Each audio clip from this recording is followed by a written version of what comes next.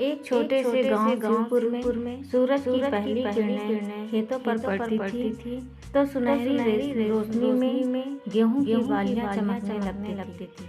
इसी गांव में दो सबसे अच्छे दोस्त रहते थे, रघु और मोहन। बचपन से साथ खेलते, खेतों में भागते, तालाब में तैरते और आम के बाग में धूप सेकते हुए बड़े हो रहे थे। रघु गरीब किसान का बेटा था, मगर उसकी आंखों में सपने चमकते थे। वह पढ़ लिख कर कुछ बड़ा बनना चाहता था। दूसरी ओर मोहन गांव के जमींदार का बेटा था, जिसके पास सब कुछ था, मगर उसे भी रघु जैसा दोस्त चाहिए था। गांव के स्कूल में दोनों साथ पढ़ते थे। रघु पढ़ाई में तेज था और मोहन थोड़ा आलसी था। लेकिन जब भी परीक्षा आती, मोहन की मदद करने के लिए रघु पूरी रात जाग कर उसे पढ़ाता।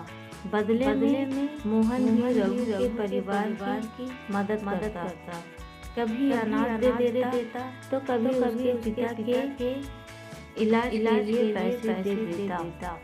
समय बीता और 10वीं की परीक्षा के बाद रघु को शहर में पढ़ने के लिए स्कॉलरशिप मिल गई।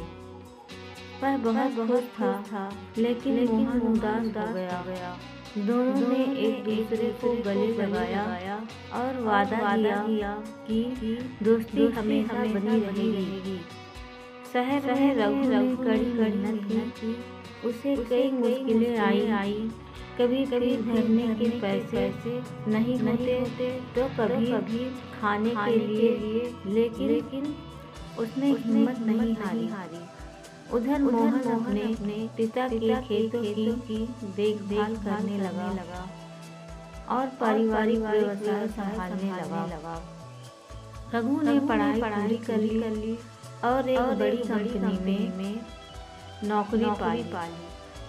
उसने अपनी माँ और छोटे भाई बहनों को शहर बुला लिया।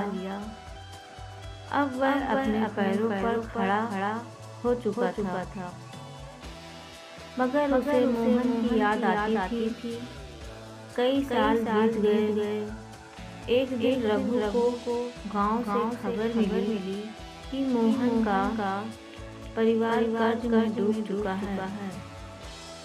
जमींदारी खत्म हो चुकी थी और सूखे की वजह से खेत भी खराब हो गए थे। मोहन के पिता की तबीयत बिगड़ गई थी और इलाज के पैसे नहीं थे। रघु सब कुछ छोड़कर गांव लौट आया। उसने देखा कि मोहन एक साधारण किसान की तरह मेहनत कर रहा था, मगर कर्ज चुकाने में असमर्थ था। गांव के लोग भी मुश्किल में थे। रघु ने बिना देर दिए अपनी बचत से मोहन का कर्ज चुकाने में मदद की और गांव के विकास के लिए एक नई योजना बनाई।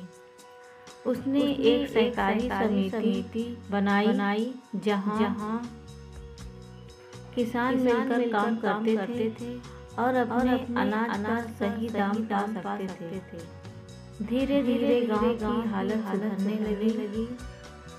किसान खुश थे और मोहन के परिवार की जिंदगी भी वापस पटरी पर आ गई। मोहन ने रघु को गले लगाकर कहा, तूने दोस्ती का असली मतलब समझाया है।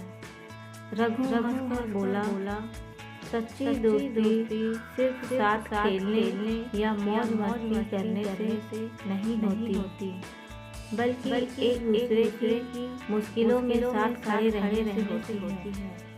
दोनों दोस्त एक दूसरे की ओर देख कर मुस्कुराए और गांव के लोग तालियां बजाने लगे। शिवपुर फिर से खुशहाल हो चुका था और रघु और मोहन की दोस्ती की कहानी हमेशा के लिए अमर हो गई।